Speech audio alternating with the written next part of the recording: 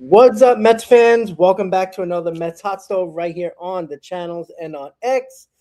How's everybody doing on this Monday, January 19th, as we are getting closer and closer to spring training? Yet, big free agents, big trade targets still on the market, and it's looking like one of those are going to come to an end rather shortly. Chris, how you doing, buddy? Is it me? Is it me? I couldn't hear you the whole time. You Could be hear me me. now? Hold on. I got to get this fixed. Sorry. Oh, okay. Let me know if you can hear me in the chat, guys. I just want to make sure if you can hear me. It might be on my end, might be on Chris's end. I'm not sure, but let me know if you guys can hear me. What a way to start the stream.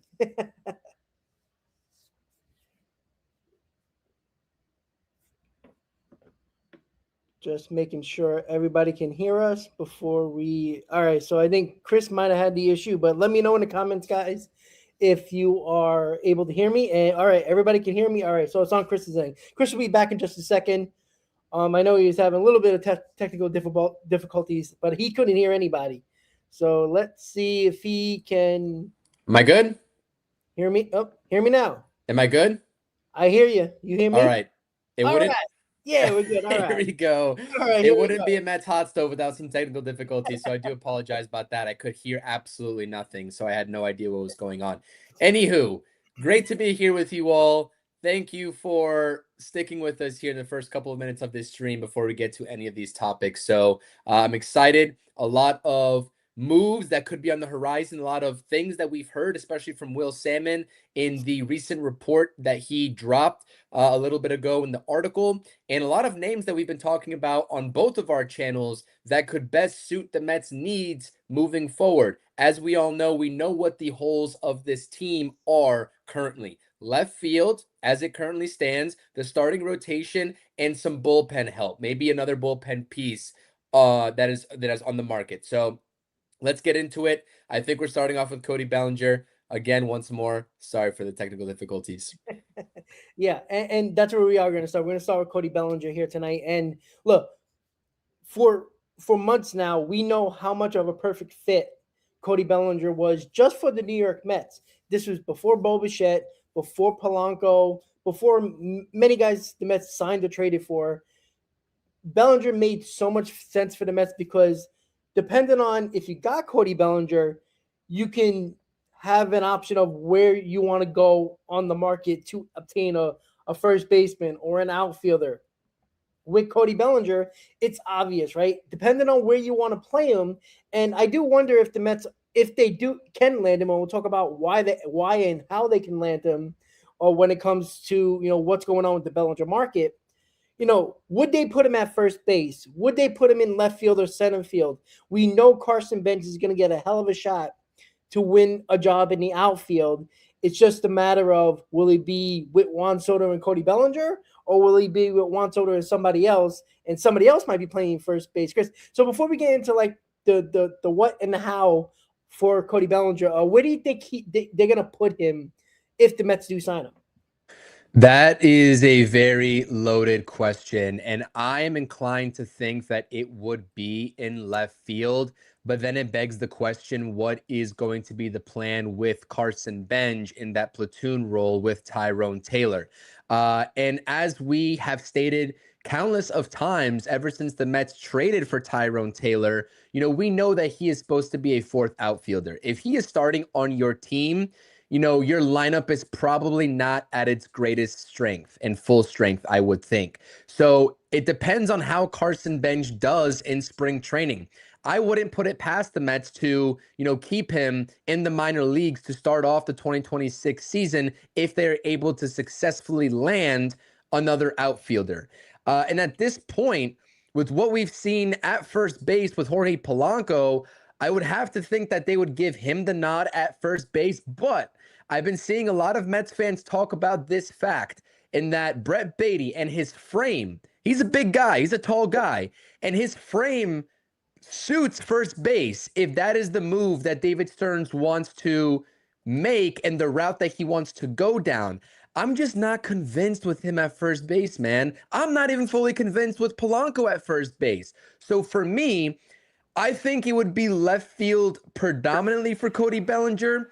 But if they are seriously, and this is in the event that Brett Beatty sticks around, right? But if they are serious about offloading Brett Beatty and you are lacking that clear first baseman and you have Jorge Polanco that is readily available to DH, then you have some things to play with because Bellinger can play first base. You would still be missing that outfielder, which would probably be the Benj Tyrone Taylor combination. Or you can have Polanco play first base and Vientos, if he is around, be the DH for this team. And so I think what that question boils down to with Bellinger, if the Mets are successful in taking him away from the Yankees, is who is on this team? Who's left? Vientos or Beatty? Because I don't think Vientos, if he's the one sticking around, is going to get any playing time anywhere in the field. But Brett Beatty, they're more inclined to put to put out there, even if he's out of position, because he just has the better glove. He has more natural ability and better speed to go ahead and range left or right. So hopefully that makes sense. I would still probably like to see him be a primary left fielder with some off chances at first base if you go out and get Cody Bellinger.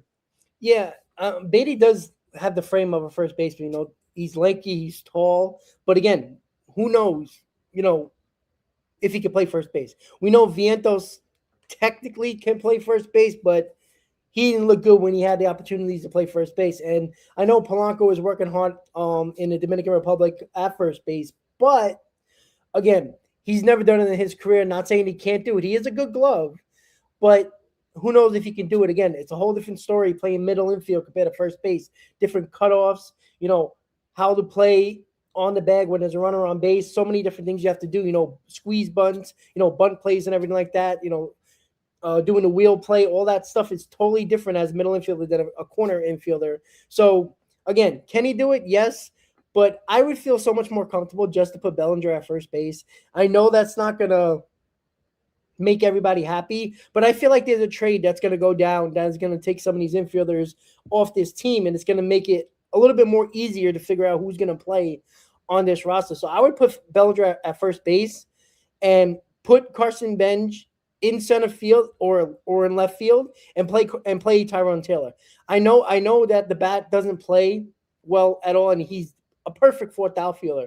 But you know what? David Stern set this roster up, with the possibility of Tyrone Taylor actually playing a lot more than people, believe he might play. Because Carson Benj might not be ready. He might have a great opportunity in spring training, but not look ready. He might look overmatched. You can't start him on opening day if he's overmatched. At least Tyrone Taylor, you got the glove. He's going to be batting 8th or 9th in the lineup.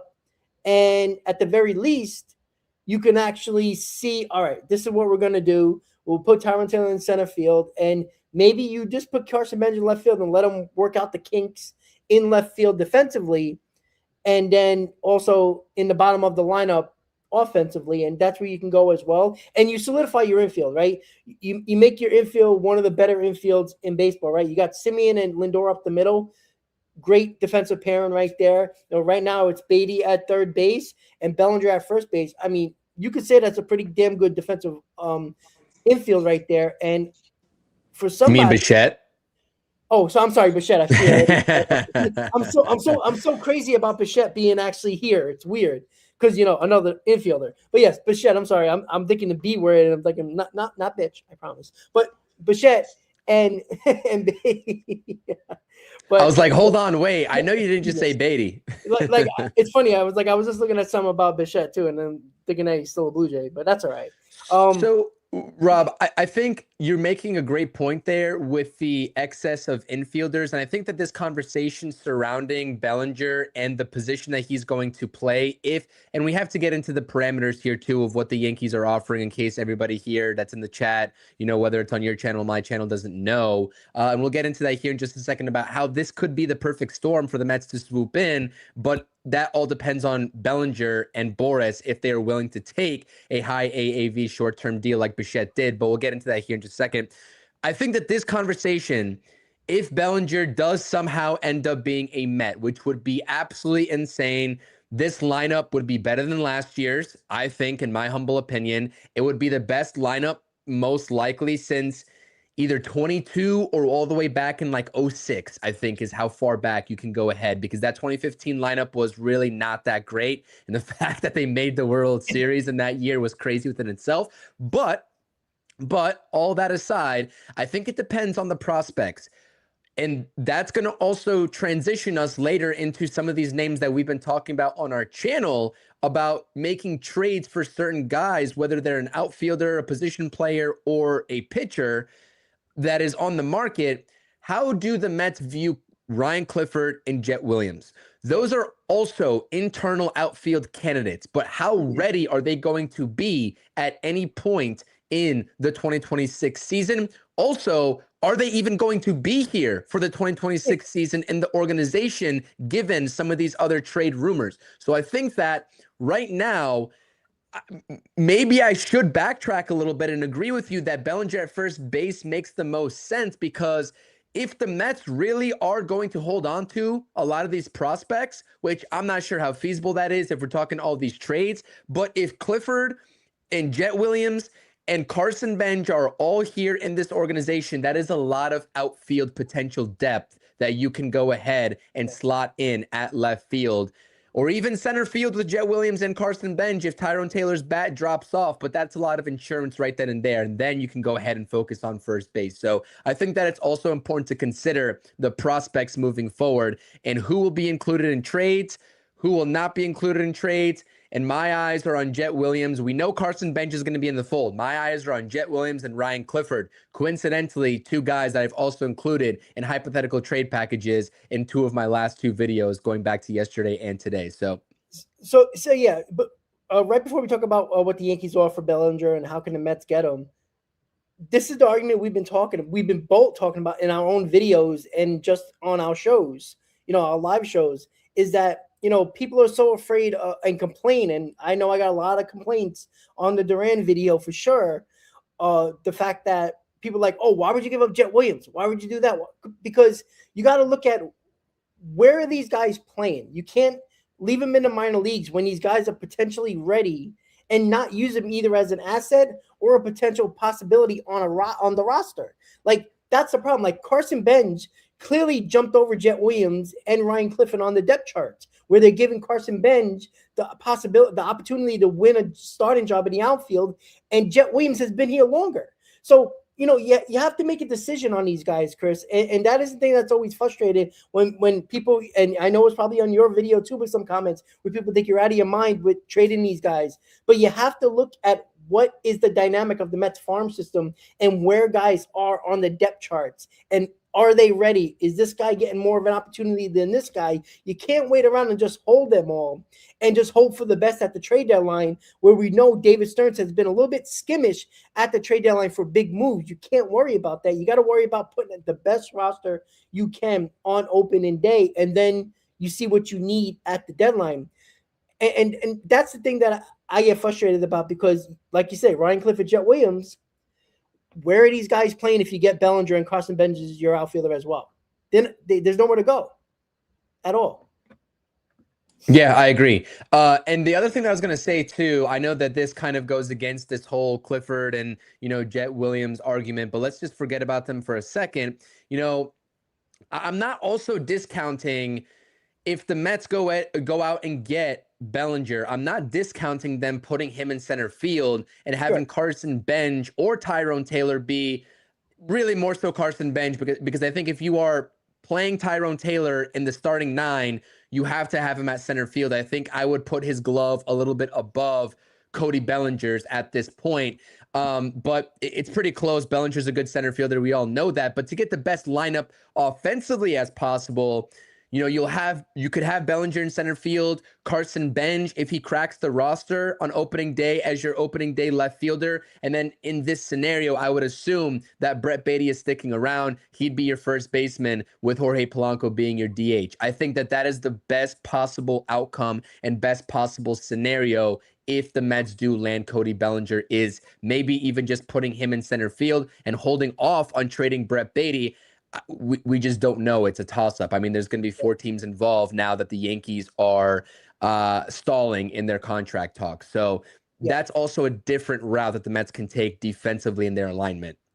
Yeah, exactly. And what's funny is, with the Yankees giving them the offer of, we've heard, I don't know if you heard anything different, but 5 years, 150 to 160 seems like where they're staying. They don't seem like they're moving anywhere. Apparently, it's a big signing bonus that they're offering him with that contract, which has been more of a talking point, I say, over the last couple of years, of bonuses being a big deal, which we never used to heard of before. It used to be just about the contract. Now it's about bonuses to sign the contract and deferments now and all this craziness, where it's not just simple as 1+1 = 2. It's all over the place now when it comes to contracts.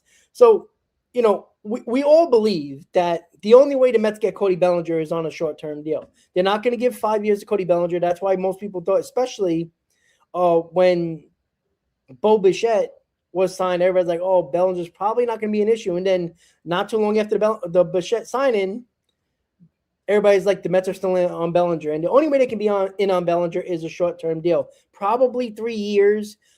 I don't see them going 4. It's probably 3 years, and I think the Yankees have an opt-out after year 2 in their contract. And if the Mets the only way I think the Mets can actually land Bellinger if they give him an opt-out after the first year with a 3-year deal. That's the only way I think they can do it. I don't think they can match the Yankees offer when it comes to 3 years and then have the opt-out after year 2, even if it is $40 million a year or something like that. I don't think the Mets, it's going to be enticing enough to land Bellinger. I think you have to give him the opportunity to opt out after the first year. I don't like that. I never like that with these opt-outs after the first year, because we're going to be talking about these openings next year again. But again, we would have the guy for 2026, so that's all I care about at this moment. But what do you think a type of deal can look like for the Mets to land Cody Bellinger? So this is what I was thinking, because I think the Yankees have 2 opt-outs in their offer. I think they have one Year 2 and 3. year 2 and 3. Okay. So I think that the Mets have to blow Bellinger and Boris away with the AAV. And that deal that the Yankees are offering, let's just say it's 5 for 160, is like the top of what we've heard. That's $32 million a year, if I'm doing my math correctly. Let me just check my calculator to make sure I'm not, lying here. $32 million a year AAV. I get that that's probably the value of what Cody Bellinger should be making, I should say. But this guy is coming off of watching Bo Bichette get 42 and Kyle Tucker getting 60. You think Boris is going to settle for $32 million a year for Bellinger? No. Absolutely not. So this is definitely doable from the Mets' perspective. They have to structure this deal the same exact way that they structured the Bichette deal. Yep. Opt-outs after year 1 and year 2. You have that flexibility for Bellinger to go back out onto the market at either age 31 or 32, because let's not forget, a lot of people have questions surrounding Bellinger still, not about the defense, about how he is going to perform outside of Yankee Stadium. Because you take a look at his home versus road splits last season, it's a great season overall. And I'm sure he would produce. But those home road splits are a little bit concerning in the eyes of many. And I even look at that and I'm like, we'll see what happens. But I'm willing to take that chance. A lot of people thought, listen, Bellinger's not Juan Soto, but a lot of people thought Juan Soto's production was going to drop off immensely, especially playing at City over Yankee Stadium, and it didn't, right? I think Bellinger would be the same scenario here, especially given the weaponry around him. I think if you do between $40 to $45 million. I know it sounds crazy for Bellinger. A lot of Mets fans would scoff at even the idea of that. But they just gave Bichette $42 million. There's no chance Bichette's even worth that at all. And the Phillies were offering him $28 million a year. So they upped it by $14 million. That's what the Mets are going to have to do.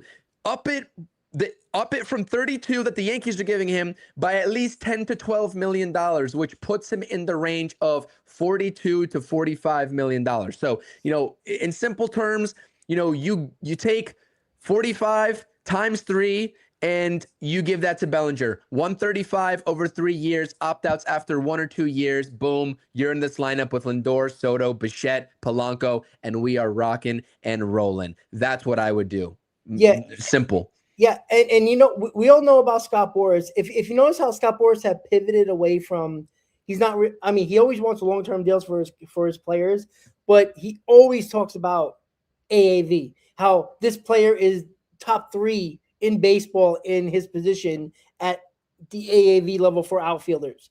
Like if you make Cody Bellinger one of the top five outfielders with the highest AAV, Boris loves that.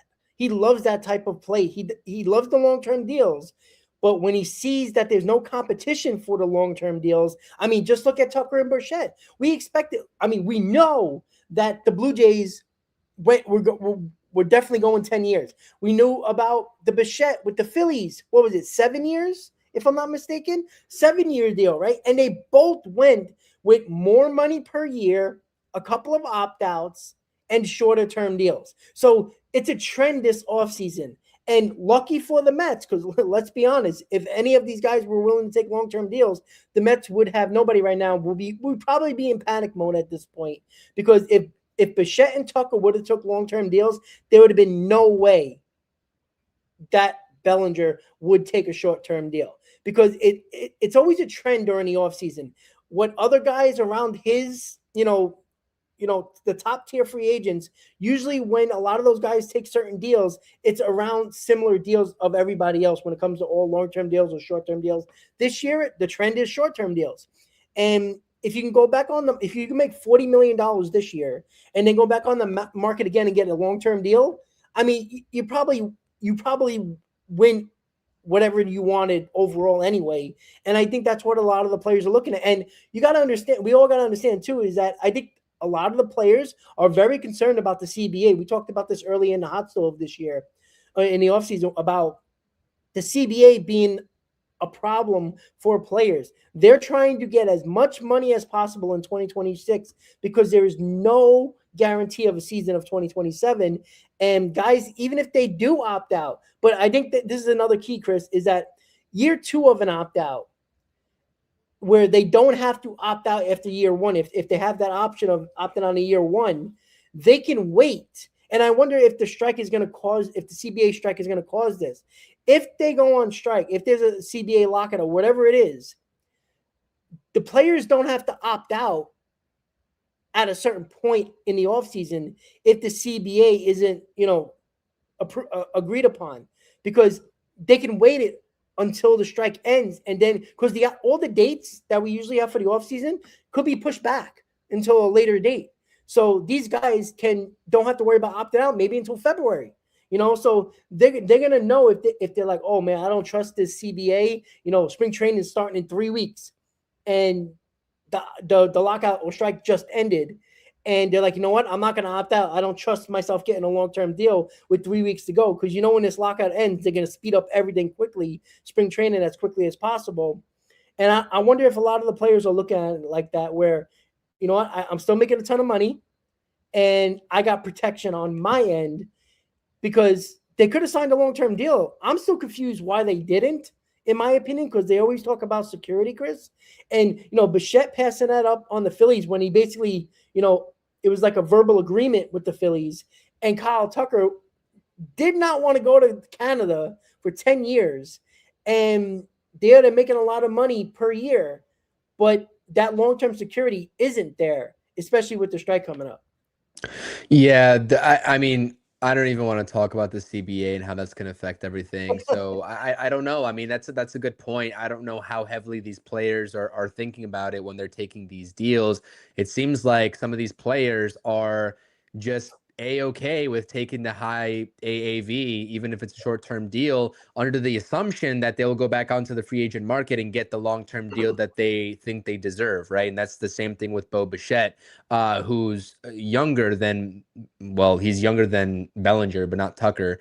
He's, I think, the same age as Tucker, but anyways, doesn't matter. Yeah, it's definitely a strategy, but we all know the negotiations with Boris are just going to be infinitely hard, right? It's going to be damn near impossible to reason with the guy. But it's very clear, and this is where the Mets, because Will Salmon, the way that he was reporting on this, was saying that they will make a very big effort on a short-term deal, but they have no problems pivoting elsewhere if they don't want to take the short-term deal. But my thing is that show me a better offer that Bellinger's going to get on the market than 5 for 160 as of right now. And I just don't see where that's coming from. I mean, the Blue Jays could do the funniest thing and make that happen, but I don't think they're going to reach into that money that they saved up for Tucker and beat that Yankees offer. I don't know. It's a whole revolving door here. The Phillies could also be in play. That 7-year deal they were trying to give Bichette, maybe they go ahead and are like, hey, you want a 7-year deal? Here it is. You know what I mean? I mean, Bo Bichette's what, 28 versus Bellinger being almost 31 this summer, so it's a little bit different there. But I think the Phillies could be a dark horse candidate, even though they said after their Adolis Garcia signing that they were done with the outfield. I think that losing out on Bo Bichette leaves a very sour taste in their mouths. Have you seen the Phillies like broadcast and reporters and whoever else, podcasters talking about the Mets swooping in for Bichette and how pissed they are right now? It's music to my ears, but that very upsetness, whatever you want to call it, feelings that they have is probably a resemblance of what they're feeling in the front office. They thought that it was a lock to sign Bichette, and they could go full throttle after Bellinger at that point too. So the Blue Jays and the Phillies, I probably worry about the most.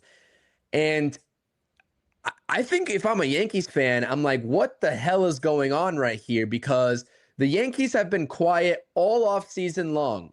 The one thing that they are holding on to and have held on to is this Bellinger idea of him returning alongside Aaron Judge.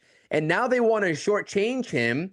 Yeah, $32 million is a fair offer, but I'm sorry, the market changes when this guy's the last big bat remaining. Of course, you know who you're dealing with and his agent. So the way that they're approaching it is very lackadaisical, and they are leaving a lot of room for the Mets or some other team to swoop in here. So it's going to be very interesting how this shakes out. All I know is that if I'm the Mets, I really try to push for this because you get this done, your lineup is set. It's probably on paper the second best lineup in baseball objectively, and you can go ahead and focus on pitching and forget about anything offensive related because you'll have the prospect talent internally, you'll have the veterans, and you'll have a fantastic top 5 in your lineup, and then you just go worry about pitching. Yeah, absolutely, and that's the thing, right? I think to have a better offseason than a lot of people we're going to expect. If you can get Bichette, Bellinger, and a top pitcher, and we're going to talk about one of those top pitchers very soon, I think it'd be a very good offseason compared to where it started, and people, really losing their minds over what went down over the first month and a half of the offseason, where the Mets basically, threw away the entire core that, everybody, was emotionally connected to. And, it was a rough go for Met fans for a while. But I think Bo Bichette signing brought a little bit of joy to Met fans because it shows they're willing to go get the proven talent. And that was a concern of us. We were talking about a rebuild year 2 weeks ago on Hot Stove. Like, that is how quickly things can change. And I'm glad it happened. And I talked about it. I'm one to never give Stearns credit. I think he deserves no credit for a while. But that Bo Bichette signing, I finally gave him credit because he pivoted aggressively and did what I was hoping he was going to. I didn't think it was going to be Bo Bichette. I thought it was just going to be Bellinger. But Bo Bichette, hell of a signing, and I gave him credit for that. You got to finish the offseason right and get a Bellinger and a guy like Peralta we'll talk about just now. But do you think, because the Yankees are involved in both players that we're going to be talking about, Bellinger and Peralta, if the Yankees do sign Bellinger, I think I wouldn't be shocked if they're kind of out, or not. I'm not going to say out, but they ain't going to be leading the charge for Freddy Peralta, in my opinion. But if they lose out on Bellinger, Cashman's known to pivot rather quickly and aggressively to go get somebody else where he's somewhat of a type star, and Peralta is one of them. And this is a fun game right now because both New York teams are going after Freddy Peralta right now. And I know people have so many different ideas of what the trade could be. And we are talking about the Milwaukee Brewers, where they are very good at picking talent on other teams to trade their players for. I look at it this way. If we're going to get Freddy Peralta, I want Trevor McGill. And I want to find a way to get Trevor McGill in that deal. That might be hard to do, but the Brewers seem willing to get rid of these guys. I don't understand why, especially Trevor McGill. But if we can get Trevor McGill in a Freddy Peralta deal, Chris, I mean, you're talking about an offseason that started in the dumps, and this is probably one of the better off seasons that the Mets had in a while, in my opinion. And that's saying something, especially coming from me, who can't stand David Stearns and still don't trust him. But if he pulls that off, it's very hard to kill him after that. Yeah, I think that it's very obvious why they would trade Peralta. I mean, even a lot of, reporters that cover the Brewers are saying that this is almost a lock. So it's very obvious there. And then you take a look at Trevor McGill. I mean, if you all missed the video that I dropped earlier today, I talked about this very scenario about a trade proposal with McGill and Peralta going to the Mets in exchange for Brandon Sproat plus.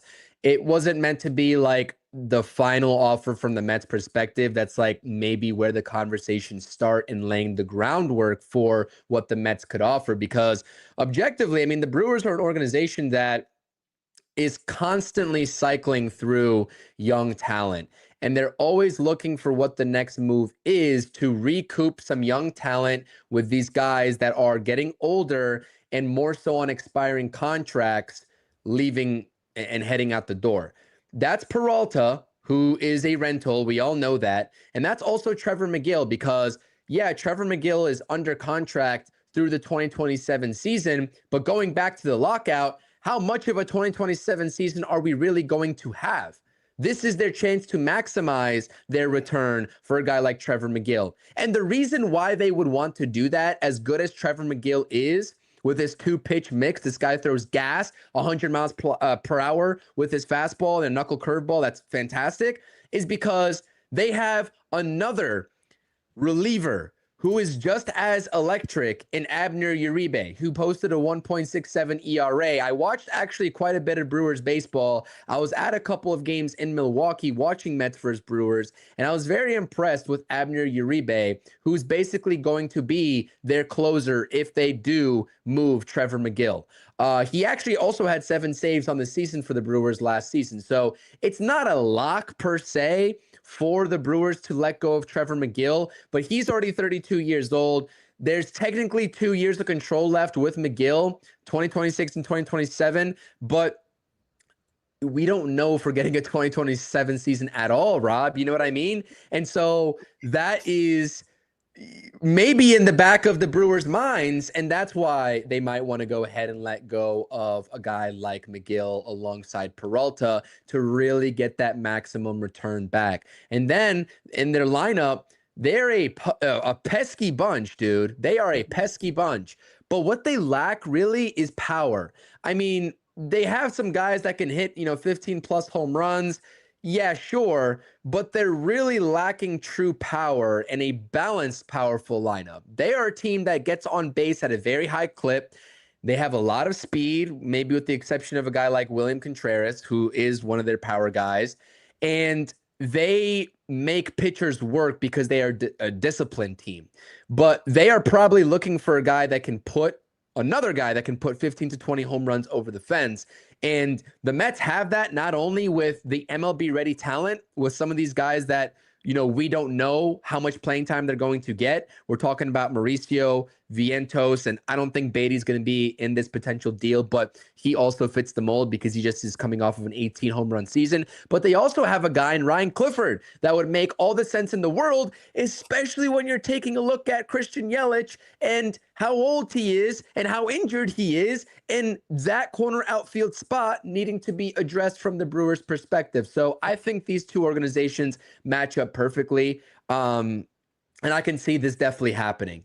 For Peralta, for sure, in that package. For Trevor McGill and Peralta, a little bit less likely, but I still think if the Mets offer the right amount with the plethora of talent that they have, that deal can get done. And then you're talking about a bullpen that has McGill, Williams as your setup guy, Brooks Raley, Luke Weaver, AJ Minter, whoever else, who even cares at that point, that is a solid top back end of the bullpen, and then also a rotation that you get a number one starter alongside Nolan Mhm. McLean, which is what we have wanted for quite some time now. So, yeah, I think that these two organizations match up perfectly, and I think that the Brewers, although they're coming off of the best record in baseball and a very disappointing series to the would-be champion Dodgers, they still got a lot of work to do. And they are continuously evaluating this talent and cycling through it because they don't want to pay these guys. They're not going to give McGill a contract when he's up for one,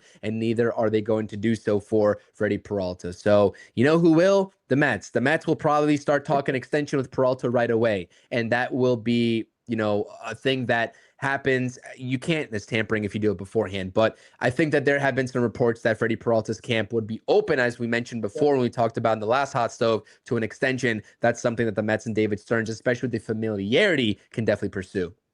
Yeah, and that's the idea, right? And that's why you've heard more of Peralta over Skubal because of the possibility of an extension. And yeah, I mean, we see the Brewers get exposed every playoffs because they don't have enough power. They get a ton of people on base, but they need 1, 2, 3, 4 hits just to get a couple of runs across the board. And they were very good at it during the season. But when you face top pitching in the playoffs day after day after day, it's very hard to get 5, 6 hits off a pitcher in one inning to score some runs. And the Brewers get exposed every offseason. And if they had two big power bats in that lineup with all the other guys getting on base, they would be a juggernaut. Make no mistake about it, but they get exposed every postseason. And again, we can explain. We're not a Brewers channel. We know why they don't have those big power bats, because power bats cost money, and they're not spending any money. So, yeah, the Mets line up well. We know it's Stearns and his connection with the Brewers. It makes a lot of sense. His connection with Peralta, getting him in here and extending him.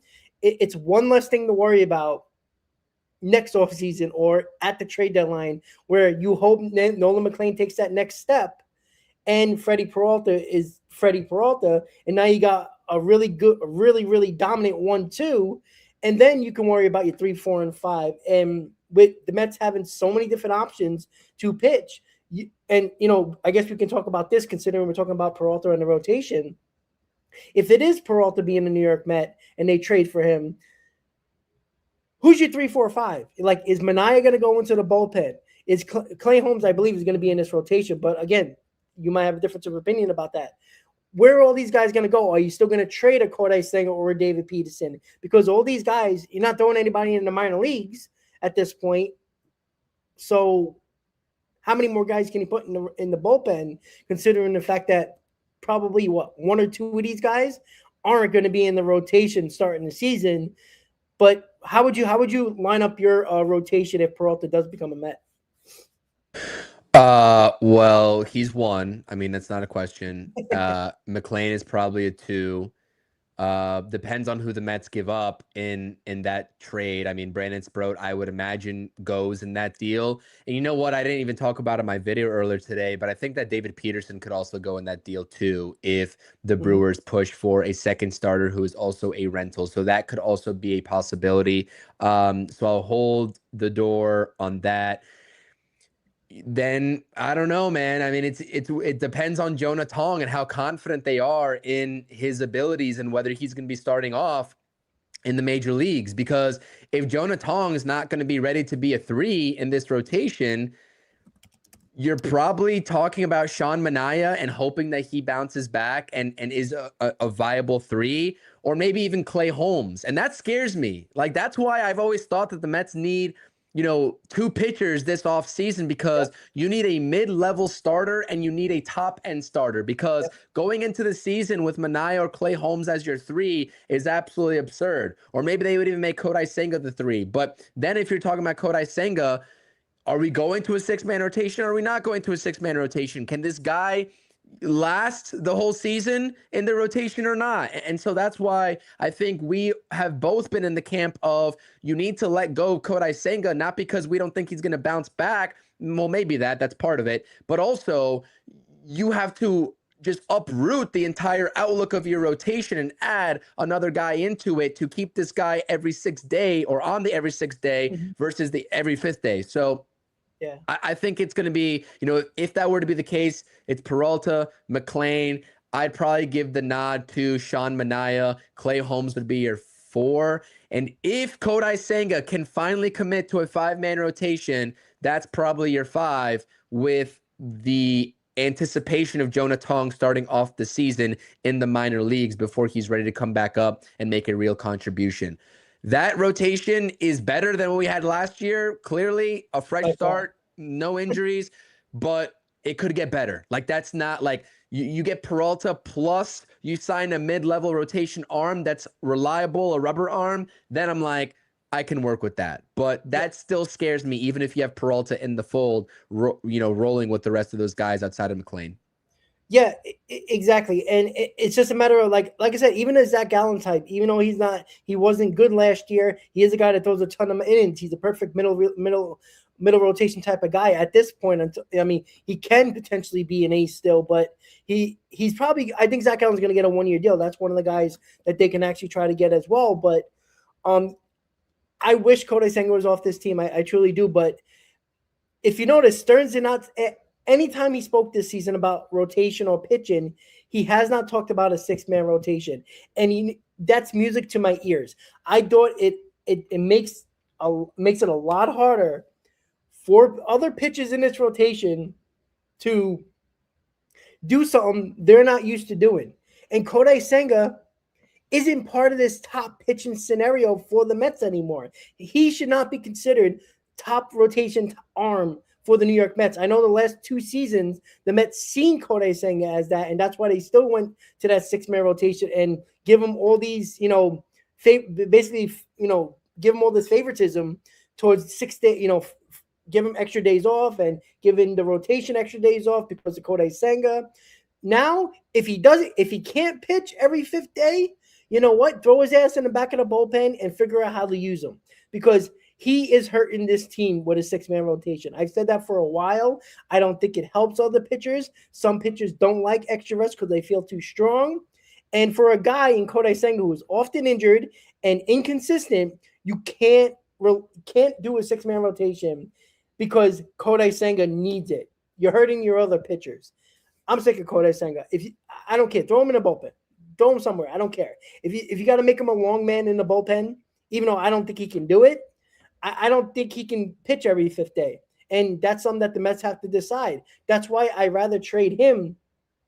But it's hard. It's obviously hard to trade him because Stearns is looking for, value in a Senga trade. But it's hard to get value back when the guy is often injured and inconsistent. He's got a great arm, but those 2 things are worrisome to other teams, and he's on the contract. It's hard to do. That's why, you made a great point about David Peterson potentially being in that Peralta trade, because that's a lot. It is a lot to give up, and people might not think of it that way. But if it's Sproat, Peterson, and I don't know, pick another prospect, it might be 3 guys. And for everybody who, killed me with the Durant trade, everybody thinks Peralta is going to be cheap because he's a rental. He's not going to be cheap, guys, and you're probably going to complain just as much of what we gave up for Peralta than what we might have to give up for another potential player as well, depending on what the Mets do. And look, I already said go get the best guy, do what you can, and I'm not going to make any bones about it when it comes to what the Mets have to give up anymore, because I'm sick and tired of all these prospects. We hear about them for years. The Mets trade for, trade and sign for multiple infielders when they have an abundance of infield younger prospects and guys who are already on the roster. And there's nowhere to play these guys. Everybody can't play shortstop. Everybody can't play second base, Chris. And, this is why we said when the Bo Bichette signing happened, even the people that was like, we can't trade these prospects, all of a sudden it's like, well, we got to make a trade here. We have too many guys. Because, again, are we really going to do this again of sitting Vientos, Mauricio, and Acuna all on the bench this year again? You can't do that. It doesn't work. That doesn't develop them at all. It doesn't make them better, and you lose value. And I don't think any of them can be bench players. Maybe Acuna with his speed, but his bat, if he can play every day, I think his bat can be okay. But you can't sit these guys on the bench, and you can't hoard these guys in the farm system. It just doesn't work. And as you said earlier in the show about Clifford and Jet Williams, Carson Benz passed them on the depth chart. You got to decide what you're going to do with these guys. Is Ryan Clifford going to be a future first baseman? All right, maybe you want to try to keep him. But you can't stop a trade that can help you right now, especially in the starting rotation, because you don't want to trade one of those guys. If you're going to be hesitant, like David Stearns has been over the last couple of years, you're going to have a hard time getting the guys you want. And again, guys, he still has not made a big trade with big prospects yet. Until he does that, wake me up when that happens. I'd be very, very excited when that happens because it kills two birds with one stone. It makes your team better. It lightens the load of your farm system where you have too many guys at one position. And David Stearns actually made a big trade. Wake me up when that happens because I'll be very excited that day. I see people, talking about Peralta. There are concerns with Peralta being an ace, quote unquote. We understand that. Like, this guy is not Tariq Skubal. He's just not. How many true aces are going to be out there for the taking on this market, the way that it currently is shaping up? Not many. So if you really want the Mets to pass up an opportunity for Peralta and just wait and pray that the Tigers do end up trading Skubal, and you want to include a package for Skubal that has 5 top 10 prospects, because everybody loves to complain about trading prospects, but then when it comes down to do it, I don't get it. But it's a big chance to take on letting a situation in a scenario of Peralta that's there for the taking pass by, with the anticipation that you are putting all of your eggs in one basket towards Skubal this offseason, who, by the way, is not going to sign an extension because, well, I don't think he's going to sign an extension because he's the best pitcher in baseball. I mean, back-to-back Cy Youngs. It's a huge risk to take. So we can make excuses for a lot of these pitchers. Framber Valdez is probably not an ace at this point of his career either. We can make that excuse too. So who do you want? You just want to run it back with the same rotation? That's not the right strategy whatsoever. And that's why I'm like, okay, I see Peralta's flaws, but that's still a guy that I want because he makes our rotation better. Regardless if you want to define him as an ace, he makes our rotation better than it was last season, point blank, period. And I don't want to take the chance of him going somewhere else and passing that opportunity by, and then also missing out on Tariq Skubal, who's going to be a 10 times harder to figure out that deal than a Peralta deal. So that's where I'm at with this. That's exactly where I'm at with this. And yes, I do see Griffin Canning. There was a report that the Mets are interested in Griffin Canning and bringing him back. I don't hate it, but I don't love it because he's coming off of an Achilles. That's a big risk. I mean, that's a big injury for a pitcher, especially. I'm not sure if it was it had to be his plant foot, right? Or no, maybe it wasn't. I don't know which leg it was. Doesn't really matter. Pitchers drive with both of their legs. One's the drive foot, one's the plant foot. That's a lot of stress and toll on an Achilles that is healed, I guess, in year one. He did really well, actually. And I actually have a lot of respect for Griffin Canning because he outperformed expectations before he went down with injury. But I just don't think that is a rotation changer with what we have in this rotation right now. So I'm good on Griffin Canning. I know that he's going to have a lot of interest. The Mets are reportedly one of the teams that want to bring him back, but I don't want to see him back. I don't think that's the best move for the Mets right now. Yeah, and somebody also brought up Christian Scott coming back with Tommy John. He's bullpen guy. Yeah, me too. But again, we have to see if he can, again, he's going to have major innings limits. You can't put this guy in the middle of this rotation. And, guys in the middle of the rotation are guys that are got to be the innings eaters in this team along with your ace. He's not going to be that. And depending on what the Mets do with some of their pitchers, I can't trust them at this moment when we're going to need him to throw multiple, a decent amount of innings. Can't trust that right now. Let him ease into it. Give him some minor league starts. See how he does. If he's blowing it up and dominating in the minors and he looks healthy, maybe we could talk about it when the season starts and during the season. but he can be a mid-season addition by bringing him up mid-season if that's the case as well. And BBA brought this up. So why give up young pitching for a mid pitcher who can't pitch past 5 innings? Peralta, I'm assuming you're talking about, is not a mid pitcher. He had a 2.7 ERA last year. That is not a mid pitcher. That's one of the best pitchers in baseball. And you're saying he's a 5-inning pitcher, but what did we not have last year? We had one pitcher who averaged 5 innings a game, and that was Clay Holmes. And that was barely. I just did the math. Last year, Peralta did 5 and 3/3 innings is what he averaged, which is around almost 6 innings. More than enough. Again, the way it works nowadays, because they take these guys out early in the first couple of months of the season, they usually average that because a lot of these teams don't even let their aces go in April and May past the 5th inning and probably past 90-something pitches for a while. So that's why they averaging out 5 and 2/3 innings. But if you look at Peralta at the end of the season, especially in July and August, he was averaging 6 innings, 6.5 innings per game. That's what he was doing.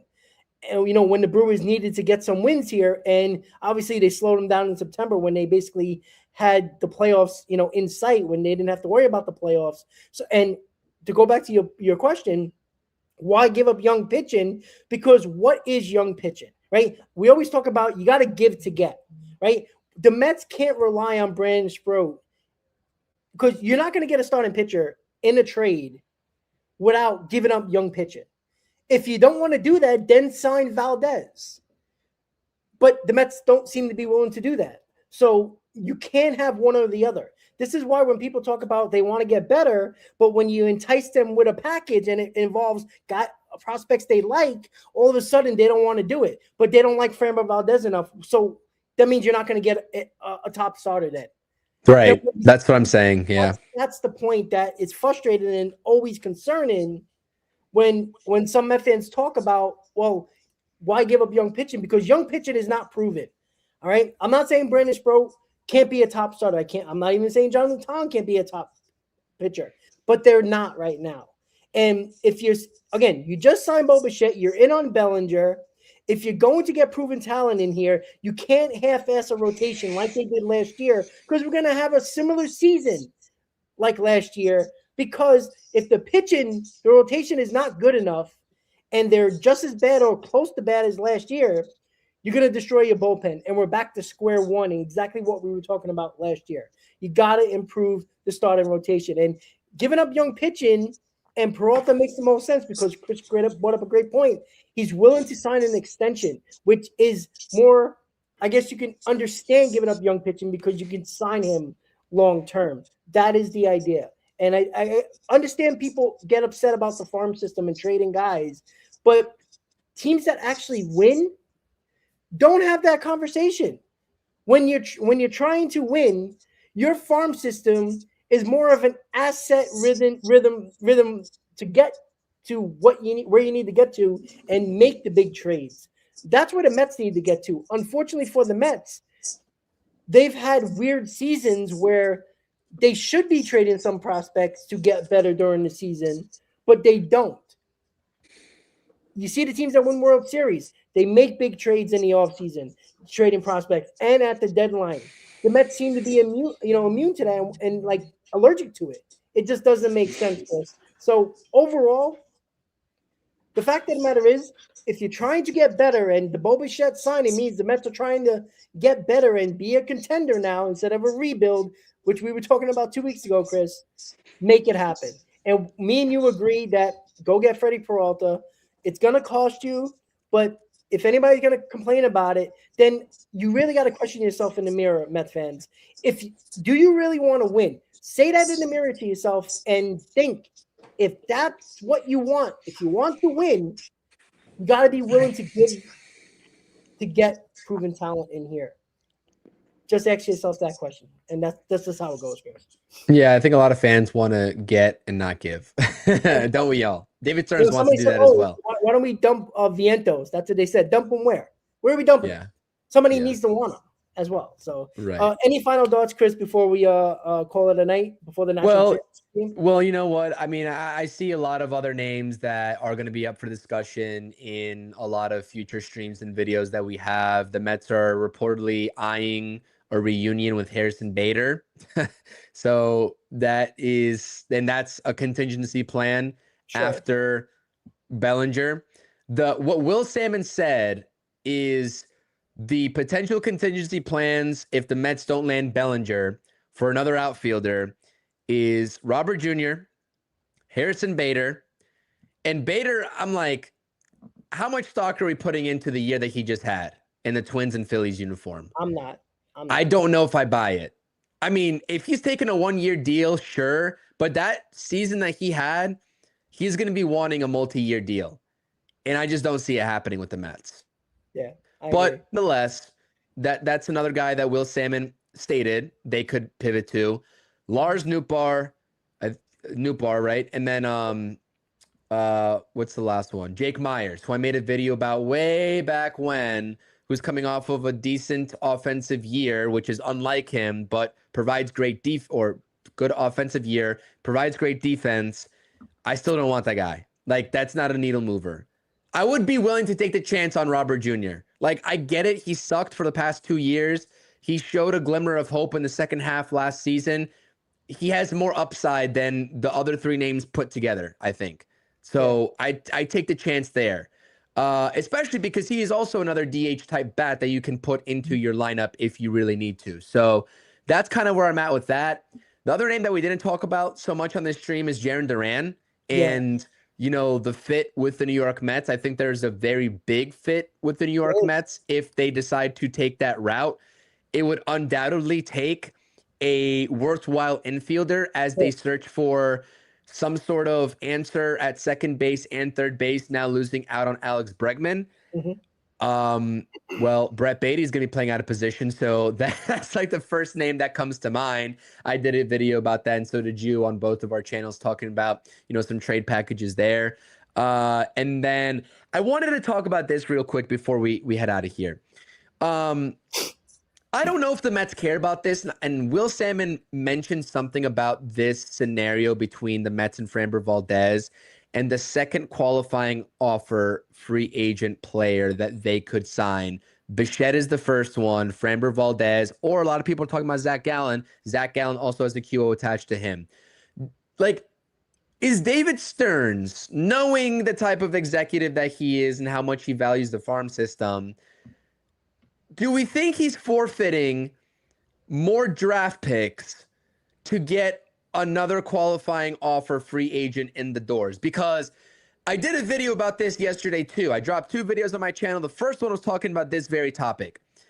With signing Bo Bichette, the Mets lose out on their second round pick and their 5th round pick. It's technically second highest and 5th highest, but they don't have a compensatory pick before that, right? They don't have a compensation pick before that. So it's your second round pick and your 5th round pick. Right now, they also got docked 10 spots down. The lotto gave them 17, but because of the CBT tax that they're picking at 27. So right now, after Bo Bichette, they're picking 1, 3, 4, and 6 and beyond, because the MLB draft is crazy and goes a bunch of rounds. But if they sign Framber, they're losing out on an additional, I think, what was it? I think they lose out on the 3rd round pick and the 6th round pick. Yep. So they would be left with pick 1 in the 1st round, number 27. They'd be left with the 4th round pick. I think it's like 123. And then the compensation pick that they got for Edwin Diaz, which is 137. Now, I don't care about these draft picks personally. That's my take. I don't give a shit about the draft picks. I don't. Go sign Framber if you have the opportunity to do so that way people won't complain about needing to trade prospects for a pitcher, because apparently Freddy Peralta is not worth it. I think he is. Clearly, people in the chat don't think he's worth it. But I just don't think David Stearns in this front office are thinking like the Dodgers. The Dodgers did it. They don't care. The Dodgers just signed Tucker and Diaz, and they are like, we don't need those picks. They don't need those picks, right? So I'm curious if the Mets do that. What do you think? I just wanted to bring that up before we end this stream. A lot of people are going to say, a lot of Mets fans are going to say, We just signed almost the entire class of international, free agents, of IFA guys, especially a Segan. And this team, if you're really wanting to go for it in 2026, that's the sacrifice you're going to have to make. Who cares about the draft picks that you're not going to even see for 4 years down the road, maybe even 5? I think you're in that boat as well. I also agree with that too. I could care less about the draft picks at this point. I just don't think that David Stearns is thinking that way, unfortunately. um, I honestly don't know what David Stern is thinking. Like I said, the plan is all over the place, in my opinion, with him. He's obsessed with the prospects. He talks about how important draft picks are, and then he signs Bo Bichette. I don't know. Me, I don't care about the draft picks. You already got one of the top farm systems in baseball. You already signed back-to-back years top international free agents, which is another way to improve your farm system. So maybe getting Asigan and getting the 2 top international free agents back-to-back years means that he's willing to give up a couple of more draft picks this season. I mean, they're in on Bellinger. They're in on Valdez, at least the last time we heard. So maybe they don't care about that. Maybe as long as they got that first-round pick and they can make that 27 pick in the draft, maybe they're okay with it. Maybe they are. That's the only thing I can think of, because again, we would do it. We don't care. We don't care about the draft pick, especially when you already got a farm system in what a lot of people are saying is like top 5, top 6 in baseball. You're fine, especially with the international signings. You're going to be fine. Even if you give out prospects and you lose multiple draft picks, your farm system is still going to be very damn good. And again, with the guys you bring in, the young kids that you hope establish themselves that are still here, that is less guys that are in your farm system that are important to possibly help your team, and also could be assets. But yeah, I think the draft picks probably are a concern of David Stearns, but you can't miss out on getting better because of draft picks, guys that might not be ready until 2030. You can't concern yourself about 2030 because David Stearns, you might not have a job if this team don't win. All right? You might be elsewhere. Let's be honest about that, guys. He signed Bo Bichette. He still has a lot of work to do. If you think that if he has to worry about draft picks that are going to turn out in 2030, and if they actually turn out, then you got to get your goddamn head examined. I'm not saying don't care about the future, but in baseball, as a GM, there is no future. You could be gone in 3 years. So nobody's going to care about 2030 when you're out the door and another GM doesn't like your plays, is going to change everything that you put together. So David Stearns, honestly, I think David Stearns, I think the Steve Cohen thing with Tucker really kind of moved David Stearns in a different direction, in my opinion, Chris. I know that might be outside the box thinking, but I don't think David Stearns is feeling as comfortable as he was last year. I think Steve Cohen being very much aggressive in that Kyle Tucker negotiations, I think kind of made David Stearns a little bit uncomfortable. And I don't think Steve Cohen is as happy as everybody thinks he is, and letting Steve Cohen does what he wants. I don't think Steve Cohen is very happy at the moment, and I think David Stearns understands that, and I think that's why they pivoted very quickly to Bo Bichette. And if that Bo Bichette signing means anything, I think Stearns is going to worry about getting in the proven talent and not just the draft picks. Yeah, I mean, again, I think going back to that conversation, Framber, if that's who they decide to go after, I mean, the Dodgers just did it. The Mets can do it too. I mean, this farm system is fine enough, man. But we'll see what happens. I just wanted to bring that up because, and I saw the comment here or the question from Brad. I just mentioned the Mets for Edwin Diaz. Their compensation pick is after the 4th round.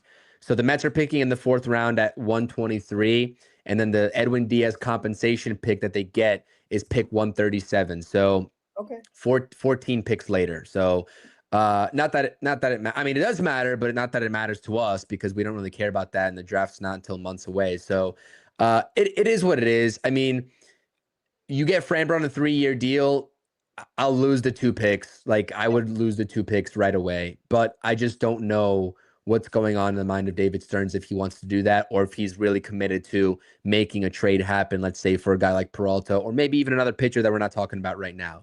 But other than that, I think the only other thing that we can, we should be talking about maybe even next stream is the Jarren Duran situation and the outfield outside of Cody Bellinger. Because we know Cody Bellinger's plan A, right? Moving forward, what is going to be plan B and C? And I think that with what the Red Sox have cooking up and how their roster looks, Jarren Duran might be on his way out. Although we did say that before, but another team that I think is going to be in for an outfielder, unfortunately, especially if they move off of one of their veterans right now that they've been trying to do for this entire offseason. You probably guessed it. It's none other than the Dodgers. They are looking to offload Teoscar Hernandez. And could they make a run for Cody? Could they give up the prospects for Jarren? Probably. I wouldn't put it past them at this point. Well, yeah, and to make everything clear, when you talk about Duran, the reason why I made that video, and people probably didn't understand that I was talking about Duran just only, it was the whole point of if they don't land Cody Bellinger, Duran is going to be a target for or at least a potential target for the New York Mets. I think a lot of people in the comments were like, what the hell are you doing? Just sign Cody Bellinger. I know that. Like, I didn't think I had to make it obvious in the video to understand that Cody Bellinger is obviously plan A. I'm not making a deal while Cody Bellinger is still on the table. That doesn't make any sense to get Duran at that point until you lose out on Cody Bellinger, because you're talking about lesser players like Hayes, like a Bader, maybe even Luis Robert Jr. Like, it's lesser players. A lot of people in the comments didn't like Jarren Duran either. I don't know why people don't like Jarren Duran. He's a solid ball player. He's not a bad player. Again, a 20 home run guy, where the Mets hardly had that in center field for a while. He is a really good defender. He's a 260 hitter, and he's a fine ball player. And if you haven't noticed what David Stearns is trying to do, he's trying to get grinders. He's trying to get badass professional ball players. Not a lot of big home run guys, but you got Lindor and Soto for that. You got a bunch of guys. If you sign either Cody Bellinger or Duran, a lot of this lineup has 20 to 25 home run potential. And you have 30 plus home runs with Lindor and Soto. That is a lot of home runs spread out through your lineup and not just stuck at your top four. If you notice what David Stern is trying to do this year, he's trying to expand that lineup with guys that are not big power guys, but are guys that can hit 18 to 20 home runs throughout the lineup.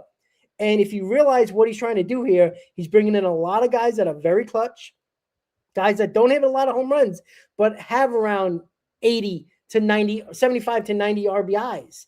That means they put the bat on the ball more. He brought in a lot of guys that don't strike out a lot, something that the Mets had huge problems with over the last couple of seasons, specifically with the former core of this team, Chris. So any final thoughts before we go, and we'll catch everybody next time. Yeah, no, I think this is a good, quick little stream that we did. A lot of topics covered. I think that Mets fans are all eyes on Cody Bellinger now. I think that we are getting excited. The Bo Bichette move, gave us a glimmer of hope of going out there and being aggressive even still for the rest of the offseason. Would love for it to be Bellinger and Peralta in the next coming weeks. That is like plan A, but we'll see what David Stearns and how aggressive he's going to be moving forward. There's even with Bo Bichette, I mean, the holes on this roster are plentiful. And I think what got us so excited is that, they were really quick to pivot, and they understood that they could not just sit around and watch another top bat go off the market to a division rival. And that's what made me respect that move immensely from David Stearns, who was always laying the groundwork of that deal, according to the reporters and Will Salmon, even since the GM meetings back in November. So it's not like they didn't have Bichette on their radar. They always did. They just wanted Tucker first, and then they were going to pivot to Bichette after. But a signal, hopefully, of more moves to come, and hopefully soon for us to have more content to talk about. But there's a lot of different avenues with all the videos that we've been releasing and these topics and streams that we're doing, a lot of different avenues even still. But what's going to have to happen is you're going to have to make a sacrifice. You're going to have to sacrifice the draft picks, like we just mentioned, for a guy like Framber Valdez, or you're going to have to sacrifice the prospects that are in your farm system or MLB talent to get a guy like Freddy Peralta. You have to sacrifice something. You can't get these players for free. So that's what we're faced with here. And we need somebody. We cannot go back to 2026 with the same damn rotation. Yes, Get some thank fresh God. faces in here and revamp this rotation, man. I don't care if they're rentals at this point.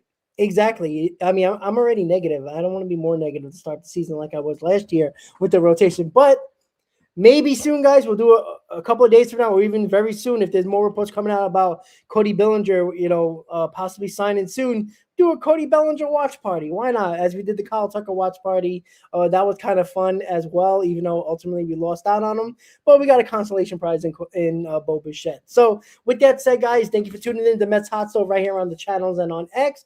Make sure you hit that like button, subscribe to the channels, guys. So much more offseason to go, so many more players to talk about. Hit that like button, hit that notification button, guys, for all our live streams and our videos. Thank you guys for watching. As always, Met fans, let's go Mets, and we'll see you next time, guys. Have a good night. Let's go Mets.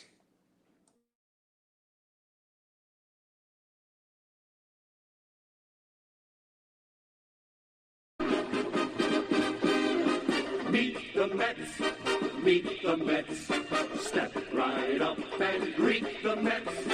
Bring your kiddies, bring your wife. Guaranteed to have the time of your life, because the Mets are really socking the ball.